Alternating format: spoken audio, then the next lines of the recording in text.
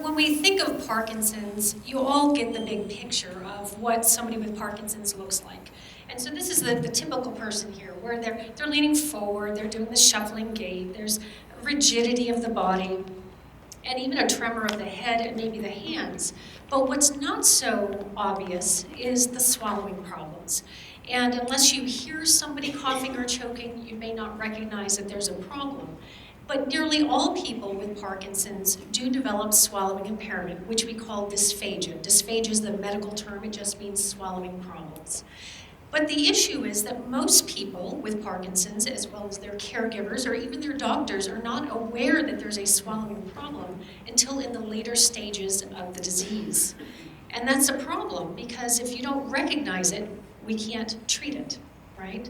So one of my big goals for all of you today is self-awareness, because if we can improve self-awareness, you can be your own advocate and you can let your doctor know there's a problem, and then we can do something about it. So in order to understand what a swallowing problem is, I want you to understand what normal swallowing is, so you can recognize a problem when it does happen. So swallowing is something that we do thousands of times a day. We don't even think about it. We need it for proper nutrition and hydration. So if we don't eat and drink adequately, we start to lose weight, we become dehydrated, so we need to eat and drink to survive. But swallowing is a really tough thing to do. It's, you think of, walking, you don't have to think much about it, and swallowing, you don't have to think much about it. But it's a really complex act to do. And so I'm going to try to simplify it by just talking about a pinball machine, okay? So in pinball, you have this little spring-loaded button that when you push it, it makes a metal ball spring into action, okay? And then that metal ball is guided all around the pinball machine by you pushing little flippers to guide it around, and in the process, you earn points, right? And hopefully you get high score and all of that.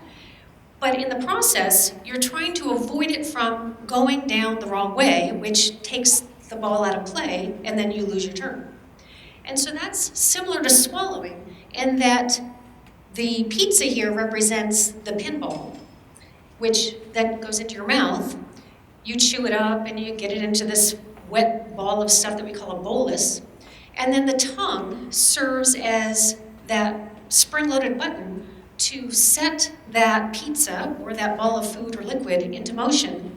And then the flippers are the lips, the soft palate that rises and prevents things from going up into your nose when you swallow. You have the larynx or the voice box that has to elevate and close to prevent things from going down the wrong way. You have the esophagus that has to open at the top to let the food and liquid go down. So there's all these flippers. So you can imagine if something goes wrong with either the tongue or those flippers, that you're going to have a swallowing problem. So like in pinball, it could be that the food or liquid hangs up on something, and so it gets stopped along the way. Or it could go down the wrong tube, down into the airway. Okay, so those are the things that we're going to be talking about. So the symptoms of disordered swallowing are not common only to Parkinson's. We see this in healthy aging people. We see this in any neurological condition like stroke, ALS, any condition that affects the muscles and the neural control of the head and neck region. But some of the common symptoms that we recognize are coughing and choking. So coughing, choking, that's a sign of something going down the wrong way. But a lot of people don't cough or choke when things go down the wrong way, and we call that a silent problem. It's actually an aspiration problem. It's silent. Another common sign or symptom of dysphagia is holding food or liquid in the mouth for a long time. So you put it in the mouth to swallow, but instead you kind of sit there and hold it for a little bit. That could be with pills, it could be with liquid, it could be with food. And because of that, the meal time tends to get a little lengthier, and you might find that you're the last one sitting at the table. And maybe even 30 minutes later. Usually we're done with a meal within 20 or 30 minutes. You might notice that you're starting to avoid certain foods and liquids. Just say it's not worth it. I know I have trouble with that. And there may be some obvious weight loss that's unintentional. Other symptoms include drooling, so a lot of excess saliva that is because you're maybe leaning forward, that it's just running forward from your mouth. And then a wet, gurgly voice that goes along with that, indicating that that saliva is going down the wrong way also. So with all of this, people tend to start avoiding eating in public because it could be embarrassing. So they end up having more of a impaired socialization, so it's affecting their quality of life. And the worst case scenario is that it can lead to aspiration pneumonia. So food and liquid going down the wrong way, taking bacteria with it, and so it's an infection in the lungs that leads to hospitalization, oftentimes over and over and over again.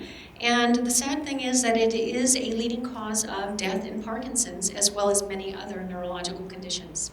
So it's nothing to be trying to avoid the awareness of. So should you be concerned? So we're going to do some things to find out. We're going to do what I've coined the prison swallow test. Okay, so in front of you on the table there is a cup of water and also a cup of dry crunchy pretzels. I want you to pass the water all the way around so that everybody at the table has some, and then also pass that cup of pretzels around so everybody at the table has a pretzel.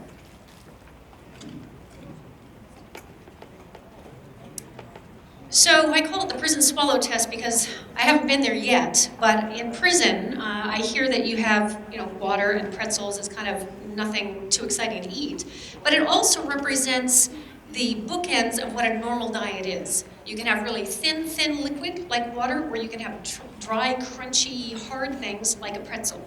So for people who have dysphagia or swallowing impairment, they usually complain of these two ends of the spectrum that are harder. So this test combines those two consistencies.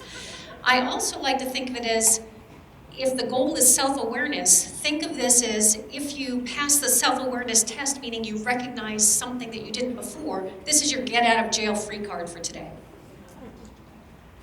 You're also going to do a questionnaire, which you're not going to do with me, but I have it in everybody in their yellow packets that's on the table. There is a two-sided page in there. One says, help us help you. I'll tell you about that later. But on the back is a questionnaire that's a dysphagia handicap index. And that's for all of you, whether you are a healthy caregiver or somebody with Parkinson's in the audience. I suggest that you all fill that out at some point before you leave today.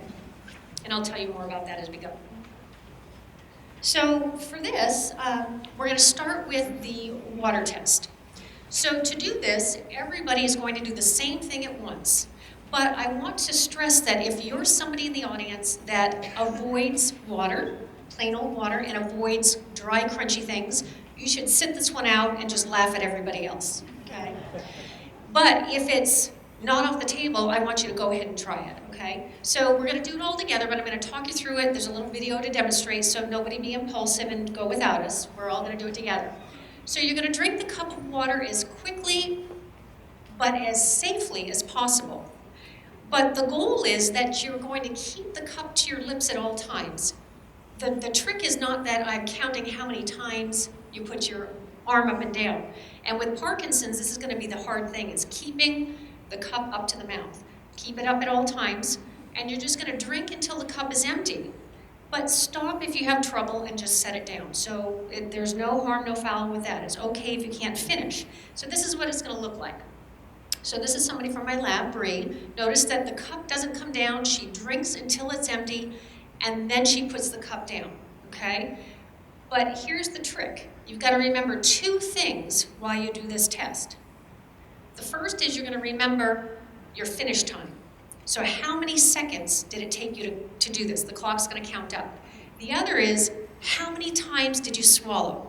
So this right here is a cognitive challenge. So whoever can't do this, this is maybe words of wisdom here. You might want to talk about a cognitive test too.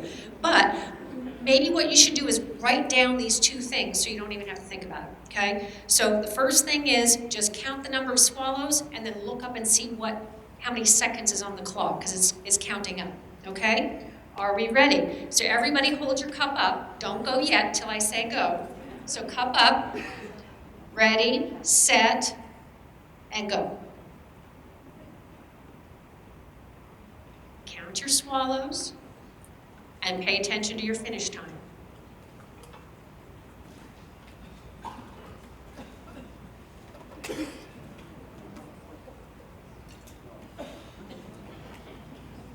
Okay, so it looks like there's a few more cups in action. Okay, and I think we're just about there. Okay, so now here comes the hard part. Did anybody take longer than 10 seconds to finish that cup of water?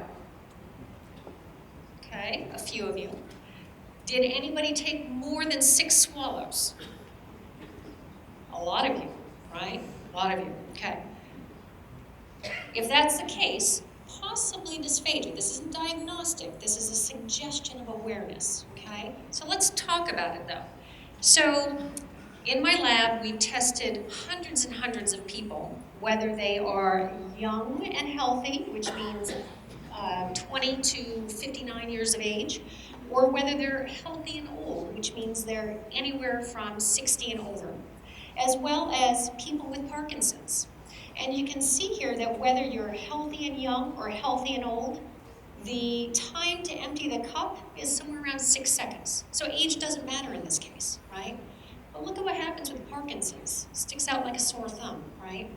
So we're thinking that this is a very simple way to say, aha, maybe there is a swallowing problem, and that perhaps with treatment, this number would go down, and you'd appear more like somebody in your own age group or even younger. Okay, so now what about how many swallows to empty the cup? Same here, whether you're young or old, doesn't matter with this test. But look at the sore thumb with Parkinson's, okay? So for those people with Parkinson's who take longer to empty the cup and more swallows, that's a lot more time at the table than somebody without Parkinson's, okay? So that's something to think about. So who thought this was a real easy task to do? About a third to a half, okay. Who thought it was a really difficult task and took a lot of effort? One guy. He win, what are you gonna win today? You get 2 get out of jail free cards. How's that? Okay. All right. So only one out of here thought that this was hard. Okay, so sorry, you may have dysphagia. Nobody else does because they're all in denial, is really what the rule is here. Okay. So who had liquid left in the cup afterwards? Our same guy. This is great, okay. So somebody else over here too, okay. That's okay if you had liquid left in the cup. That meant that you didn't risk having it go down the wrong way maybe, that you recognized the limitation and you stopped. That's okay, all right? But it could mean dysphagia, but it could also mean that in Parkinson's you couldn't lift the cup up. It might not have anything to do with swallowing. It might have something to do with the arm or the neck flexion, okay? Who coughed or choked or cleared their throat? Okay, now I heard about 15 people do this, right? Denial, denial, denial. Remember, the theme is self-awareness, all right? The first step of anything is admitting it. It's okay to admit it. So if you did cough or choke or clear your throat, I do it here and there. As healthy people, you do it here and there. But if you do it consistently, that's a problem. That's telling us that there is a problem to address. A wet, gurgly voice. Did anybody sound like they're underwater after drinking? And probably if whoever says yes, that meant you were talking while I was up here talking, and that's not a good thing, okay. But that's something to pay attention to. If you hear your voice, so if you're in conversation with somebody during a meal and you take a sip and then you sound like you're underwater as you talk, that's a sign that something's going down the wrong way too, and possibly dysphagia. Okay, so now we're gonna move on to the next part. This is the pretzel part. So everybody's gonna have a whole pretzel, a pretzel bite. So not the Arnold Schwarzenegger size pretzel there. Pretzel bite in the hand. We're gonna do it all as a group, so nobody jump the gun here. You're going to pop the whole thing in your mouth, not yet, and chew and swallow like you typically do. You take as long as you need to, typically. Chew as much as you need to, swallow as much as you need to. But here's the rule. If you need to take a sip of water, and only if you need to take a sip of water, go for it. Because sometimes it's just too dry for some people, go for it, okay? And then stop if you have any trouble, if you're coughing, choking, if you feel like it's just stuck. This is what it looks like. The whole thing in the mouth. She chews it, she swallows, but you're gonna pay attention to two numbers on this one, okay? The two numbers you're gonna pay attention to are what's the time on the clock when you do your first swallow? And how many number of chews did it take? So two new numbers to remember. The time on the clock to the first swallow and the number of chews. So pretzel in hand. Are you ready? Set, go.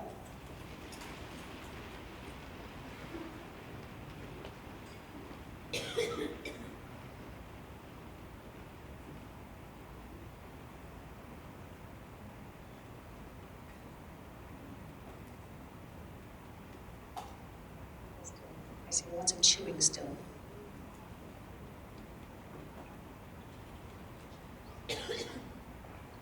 I hear some coughing, so don't deny that later. Okay. So who did it take longer than 20 seconds to chew and get to the first swallow? Okay.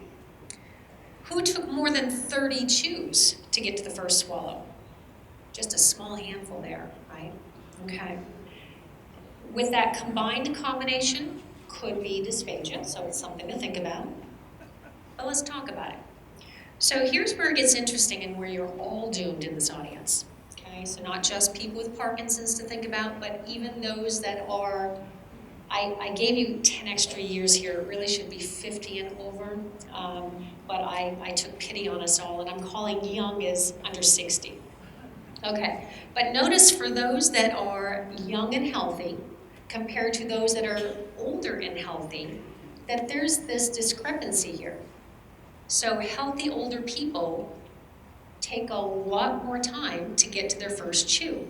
So this might be why some healthy older people sit at the table longer during a meal than those that are younger. But then when you compare those healthy older people to those with Parkinson's still take even longer to get through that same amount of pretzel, which is 1.85 grams, in case you were wondering, okay? So they're all the same amount of weight, and the water that you all drink was all the same, 100 milliliters of water, okay? So very standardized. So number of chews to get to that first swallow. We see here another discrepancy between healthy young and healthy old. So healthy older people take more chews than healthy younger people, but those with Parkinson's take even more. So we think that these simple tests, the simple prison swallow test, can help identify Parkinson's from healthy aging, as well as give us some outcome measures to say, is a treatment effective or not, in a very simple way in the clinic. So who thought eating the pretzel was easy? About half, 3/4. Who thought it was a really challenging thing? A couple of you, okay? So for those that think it's challenging, it could be a sign of dysphagia. Who had leftovers in the mouth, even after they swallowed multiple times? Yeah, okay. Who had asparagus left in the mouth after eating the pretzel? Nobody, okay. That would have been your superpower. Possibly dysphagia if there's a lot of leftovers that you just can't clear out. Coughing or choking. I know somebody over here did. Thank you for admitting it. Okay, anybody else cough, choke, clear their throat? Okay, could be a sign of trouble with the solid food. Okay, so now you have a homework assignment. I want you to really spend time on your questionnaire, but not now. And there's 20 questions, and really think hard about each one of those questions to identify, is this something you should be concerned about and something that you should take action with? So if you think you have dysphagia, what do? Well, you talk to your doctor, whether that's your neurologist who works with you with Parkinson's, or whether that's your urologist maybe, I'm not sure, or your neurogastroenterologist, whoever that may be that you feel comfortable talking. Remember, the first thing is you have to admit it. So let them know that you recognize a problem, even though they may not recognize a problem. And your doctor will likely refer you to see a swallow specialist, like myself, although I'm in research rather than in clinical practice at this point in life. But there are a lot of speech pathologists in town and elsewhere in Missouri that can clearly help you. So they are speech language pathologists, or SLPs. And they will do one of two tests. The most common is an X-ray swallow test. And also there's an endoscopy test where they put a little camera into the nose and look down in the throat. But I'm going to focus on just the most common because that's likely the first line of defense that anybody in here would be tested with. So this X-ray swallow test, we have a couple names for it medically. We call it a video fluoroscopic swallow study, VFSS, or a modified barium swallow, or MBS. And you'll see that it's an X-ray based test where you eat and drink food and liquid that has barium or some other iodine contrast agent in it. And you can watch it go down in real time. And then you can also look at it frame by frame to analyze it. The speech pathologist or radiologist would likely do that. So, I can make this move. There we go. So here's an example of what normal swallowing looks like. So notice there's unhesitated chewing, and that ball of black stuff is the barium-filled bolus that went down. You'll notice that there were no leftovers in the throat, nothing went down the wrong way. It's a very clean, fast swallow. Now here's someone with Parkinson's.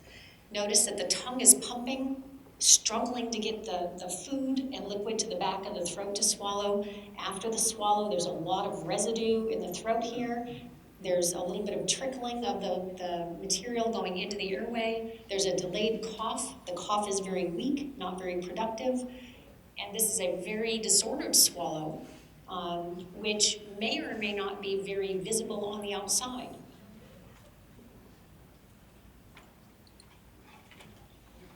So if you're convinced that now you have it, or you've had a swallow test that says you definitely have dysphagia, what do you do about it? It's not all doom and gloom at this point. You have to get into beast mode, and you have to get pumped up, and you have to do all these things like you would do in rock steady boxing and PT and OT and all this.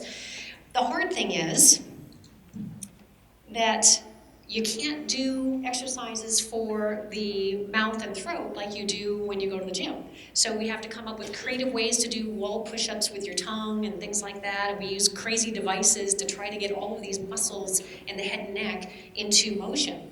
And so one of the things that we do a lot of is resistance exercises. And we focus a lot on the tongue particularly because what we've shown, and this is some data from my own lab, that shows if you're healthy and young, you have a really strong tongue. So you can push on this little balloon that we put in the top of your mouth and push hard, and you can make that pressure level go way up high.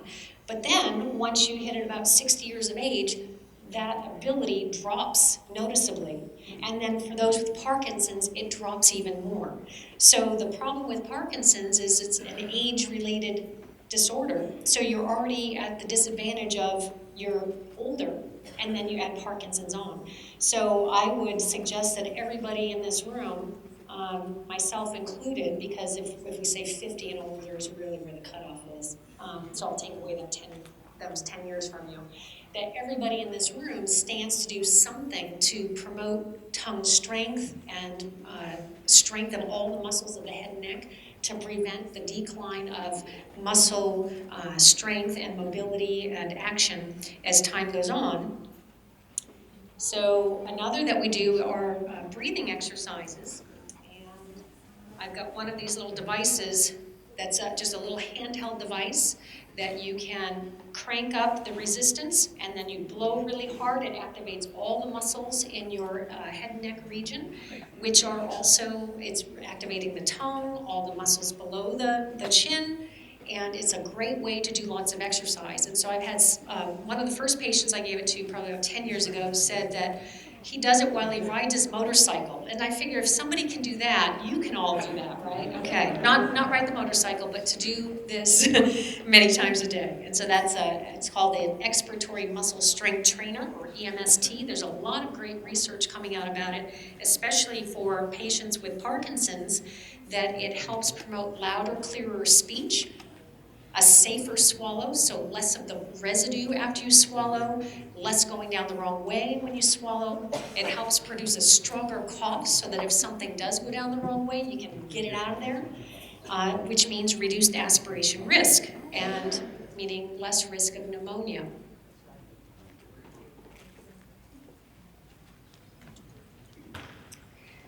We do a lot of range of motion exercises, so just like for physical therapy, you're trying to get the whole body in action. For swallow therapy, we do range of motion for all the head and neck muscles. And so we do crazy things to try to promote excessive movement of all of these structures. We do neuromuscular electrical stim, or NMES. And just like if you go to physical therapy and you have electrodes put on different parts of the body to strengthen those muscles, we do the same thing with muscles of the face and the neck to strengthen the swallow, make the swallow stronger. So the main things that we try to do in therapy are to train you to swallow harder, faster, and more often.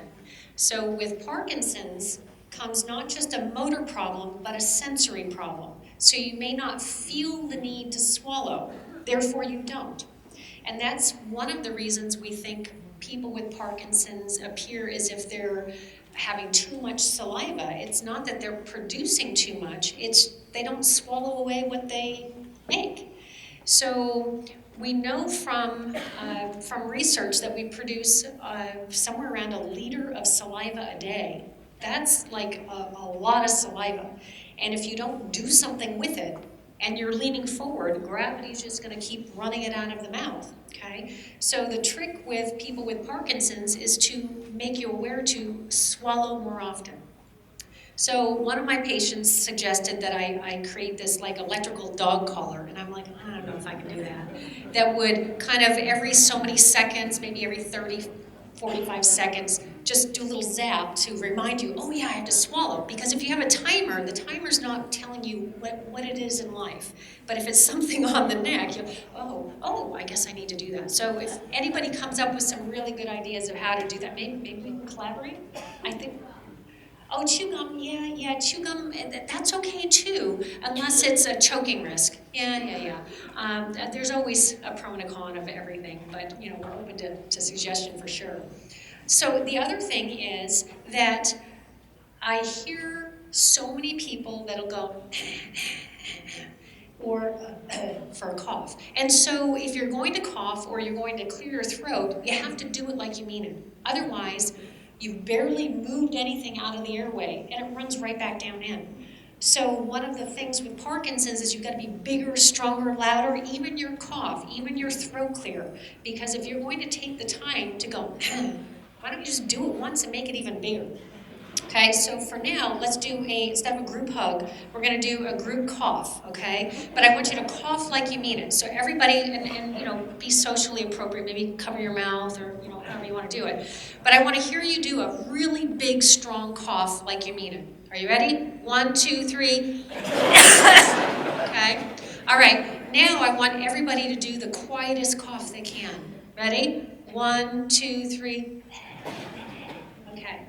Now, if you're with somebody who loves you, all these caregivers that are here, and they hear you, that's not going to cut it. You need to remind them it has to be bigger, louder, stronger, even for the cough. Otherwise, you're just wasting your energy, okay? So teamwork is what's needed on this one. Okay, so then, for the swallow therapy, the overall goals, we're doing this for you. Okay, so many times people come to see us and they want a pill. There's no pill. There's no pill that's going to help with your swallowing to make it better. I don't know, maybe we could do the electrotherapy like you talked about. Maybe that'll zap them into, I don't know. But there's no quick fix. It takes effort. It takes creativity, it takes persistence, and it's not something that you just do for a few days and that's done. It's, you gotta do this for life, okay? You've heard a theme today is that you can't just do something just haphazardly. You have to do it day after day, week after week for the rest of your life to try to maintain the function that you have. Because once you start to lose that function, it's so hard to make that big leap again, okay? So same for swallow therapy. You'll learn some tricks, you'll learn some exercises, but if you combine it with, say, rock steady boxing, other activities that you do, there's a lot of research that shows just by doing cardiovascular activities, you're exercising your tongue. It's a 2-for-1.